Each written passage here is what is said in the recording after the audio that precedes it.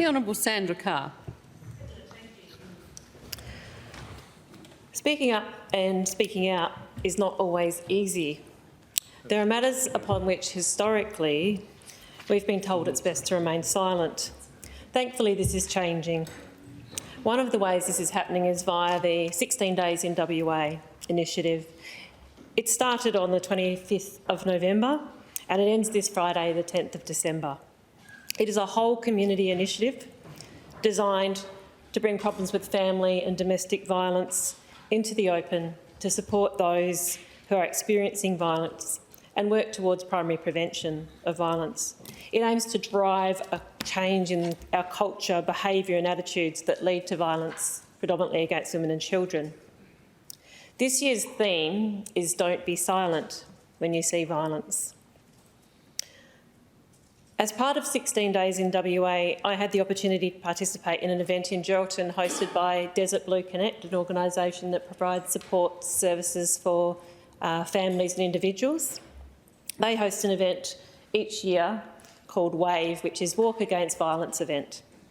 WAVE is held each year to remember those who've lost their lives to family violence in Western Australia each year.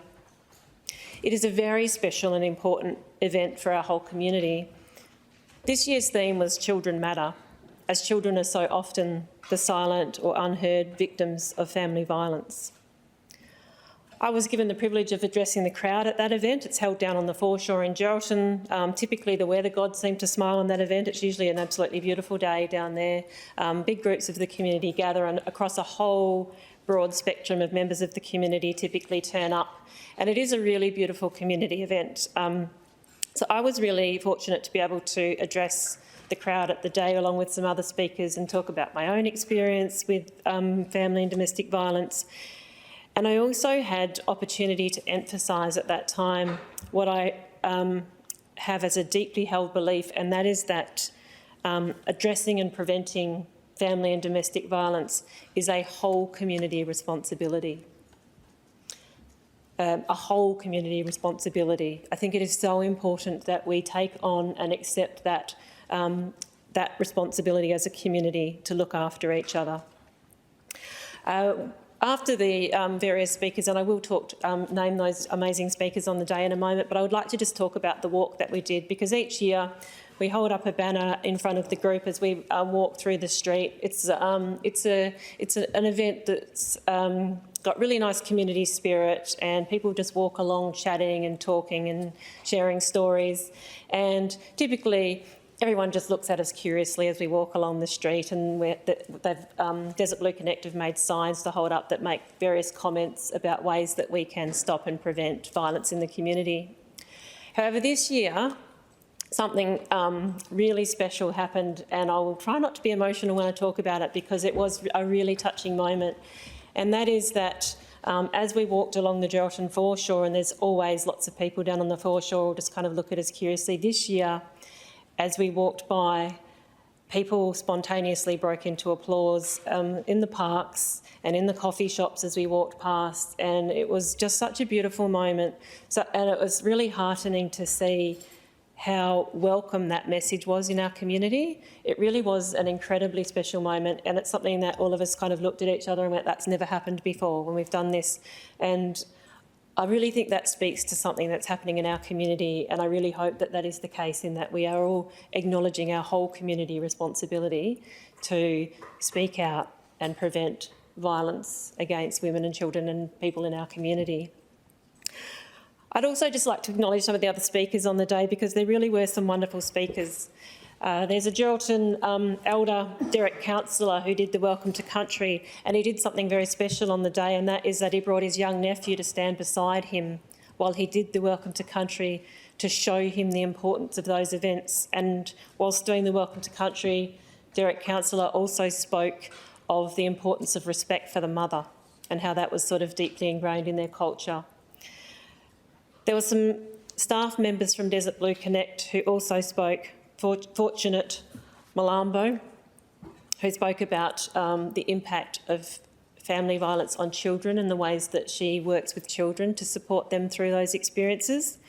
and Helen Howard, who works with the Men's Community Intervention Services, and she talked a lot about the work that they deliver to the community through Desert Blue Connect. Raylene Counsellor also spoke, and she holds she runs a consultant called Barrowa Consultancy, and it's an Indigenous-specific trauma and recovery, family dispute resolution and social and emotional wellbeing network. So something that's offered that's very culturally appropriate and sensitive. Also on the day there was a paddle out, it happens every year. There's a lady in Geraldton by the name of Sean Glass who runs a Glassy Day surfing coaching, and she takes a group of people and they paddle out to sea and they hold a memorial out on the water to remember those people who have lost their lives that year to family and domestic violence. Other supporters on the day were Apex Geraldton, the Midwest and Gascoyne District WA Police Force always turn up to support and walk with the marches through the streets of Geraldton.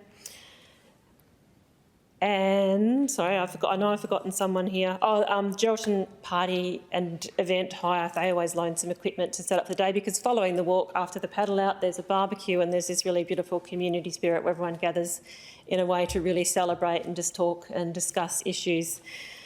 I'd also just quickly like to thank Russell Pratt, the CEO of Desert Blue Connect, who facilitates and helps to allow such an event to happen. But the key organiser was a staff member of Desert Blue Connect by the name of Megan DeLuca, does an amazing job organising that event, aided by a beautiful lady named Sarah O'Malley, who's also a really talented musician in Geraldton.